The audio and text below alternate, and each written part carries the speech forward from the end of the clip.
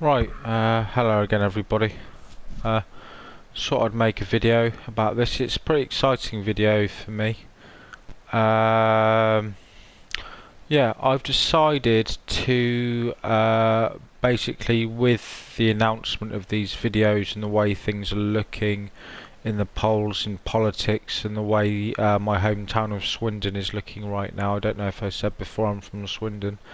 Effectively, with the way things are looking in the polls, all this kind of stuff, and the fact that I do kind of know what I'm talking about on a global level, let alone a local level. So, effectively, right, without further ado, I think I'll just mention it. I'm planning on completing my HNC, or Certificate of Higher Education, in Design, Statistics and Mathematics. It's an open certificate from the Open University in Design, Statistics and Mathematics, and I'll have that done by next early September. And then after that, what I'd like to do is, I'm only going to be working part-time after that. There's not much. I don't really need to carry on and get a full degree or anything like that. I mean, the amount, I won't be in too much student debt for what I've done, and I'd have also, done and passed a few arts humanities topics, which was a deferral a while ago because I got a bit unwell. But anyway, regardless of that, I suppose the idea is that. I'm going to start getting a bit more politically active. I mean, I'm going to have the Open University Library for my videos here anyway, for example. I'm going to start getting a bit more politically active, getting myself out there for, some people have religion, they go to church, some people get politically active, some people, go to a group, things like that, all this kind of stuff. So I'm going to start getting slightly more politically involved when my HNC, or Certificate of Higher Education, is complete, and it's obviously clearly going to be with I'm not going to choose the Green Party, not in Swindon, although I'd like to. I'm going to go with the Labour Party, the South Swindon Labour Party, my constituency. I'm a resident in the parish of East Whittlestone, Old Town, which is a very Labour voting area. So yeah, that's kind of what I'd like to do, and a bit more than get politically active. What I'd actually like to do is run. I know this sounds, for a 30-year-old bloke, stuff like that, who's had a mental health condition, things like that.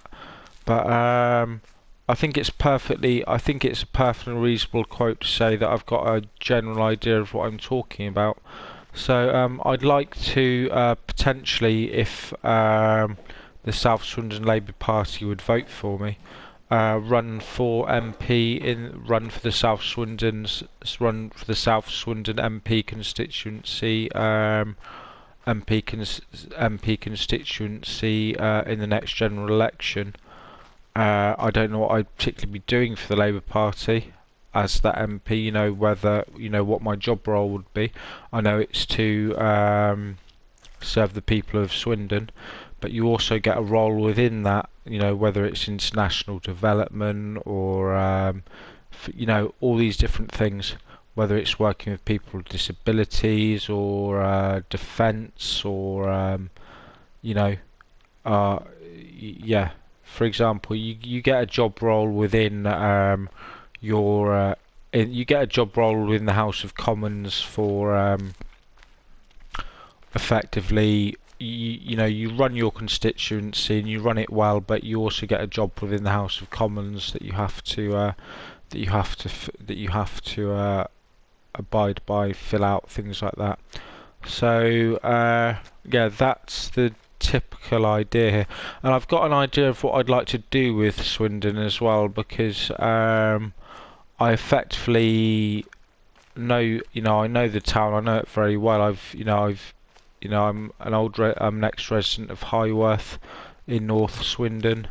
My dad moved to Old Town when I was 14, so I've actually been a resident here, for over half my life. So now, what I'd like to get to without getting into too much, specifics about some of the things that actually go on in Swindon. I'd like to just give a bit of a plan as to what I'd like to do with the town centre, and give you a bit of an idea of my ambition of what I'd like to do with Swindon. Now, for example, it would not cost that much money, as they are saying, to put the canal back through Swindon. It would not cost that much money. I think it's next to 80. I literally think it's under 20 million would get the canal back through Swindon town centre.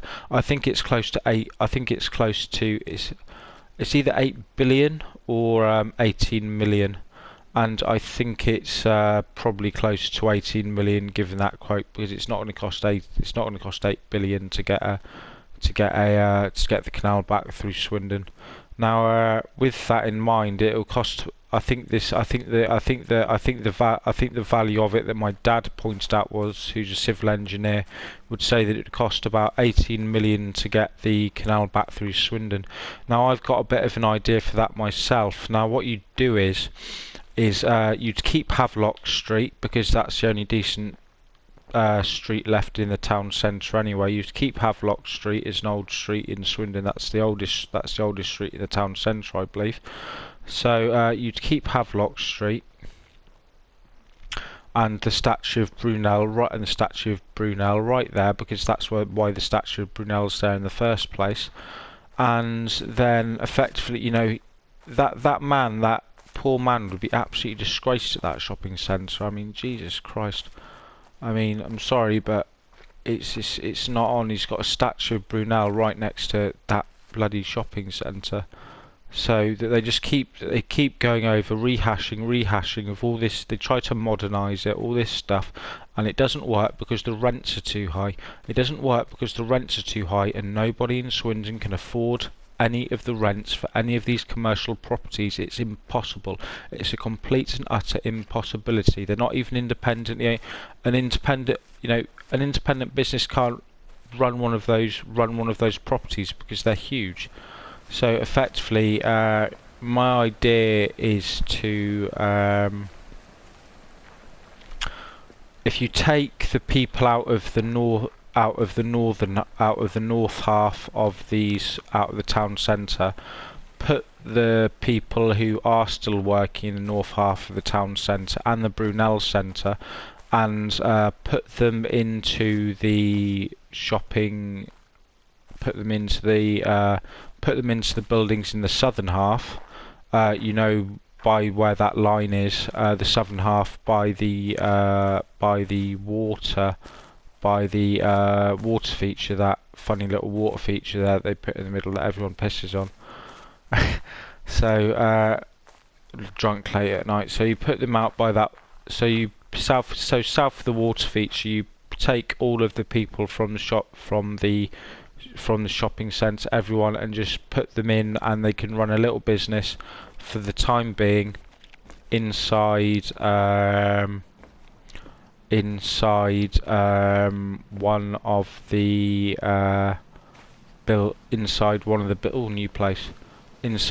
buildings at the southern end of the town centre. Now, once you do this, you then completely redevelop the town centre by effectively lowering the Brunel centre. You lower the whole top end of it. You lower the whole top end of it and the bridge. I'm studying design, so I've got an idea about this, and I had an idea about it a while ago. So I even sent it to Robert Buckland, which I got no reply for, funny enough. So effectively, you lower the top half of the. I even know someone who can do it in demolition. I know my dad has a friend in engineering who's a demolition worker and can do the work. So he did the old BHS building, which was a very good job, I heard. So effectively, what I would say is, is that we do that. We lower the top end, redevelop it, put the canal back through, and then you build small to medium-sized businesses, small to medium-sized shopping outlets, small to medium-sized shopping outlets for that are to let, not leases, not these terrible, great, big, expensive leases that cost 25, 50, 75,000 pounds, just for what a 5-year lease on a rented business property, with all the rents and and the business tax on top of them. So you do them to let. You let them out, and then we take all of the people from the southern end. Anyone who wants to move to Havelock Street from Havelock Street can go in these little buildings at the can go in these little rented these little let outlets at the top half. Oh, this is good. Just walking up the cliff. You keep the John Murray building in the south because there's people living there, and the place starts to go from looking from something of an old decrepit town built in. Looking at it, it looks like it was built in the 50s. So what you do is you then build what they keep the tented market, for Christ's sake. I mean, my God. So have a little bit of old school about the town, if you know what I mean. So basically, I think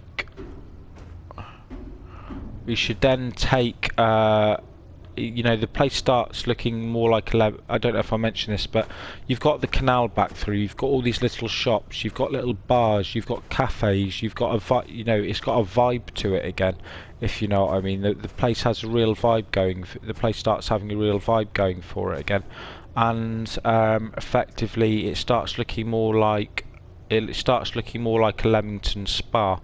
Now or a Warwick or a Leamington's, it's particularly Leamington Spa. I've been to Leamington Spa a couple of times when I was living in the Midlands. So then when I was living in Warwickshire. So what you do then is you everyone's in the northern half, which has already been redeveloped, and then you lower the southern half of the that's the hard bit done. Then it's all done. Then you lower the southern half, minus the John Murray building, because there's people already living there and you don't want to move them out, things like that. Minus the John Murray building, because there was no one in those buildings in the southern half anyway, there's nobody there. And then say you build more shops, things like that, small outlets, whatever. But now whether they're going to be shops or not, or because a lot of shopping's done online now, you could build, say for example, a picture house cinema at the bottom of the town, rather than spending all this on a great big complex that Morrison's had to move out because they couldn't afford the rent. So it's ridiculous. Some of the buildings they're building are absolutely, it's ridiculous. Yeah.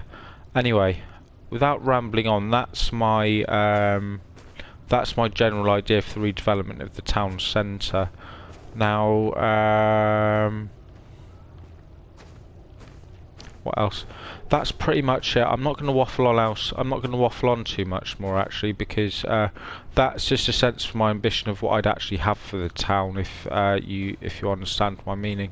So yeah, I think I will just take a look over here and leave it there. Thank you. Bye.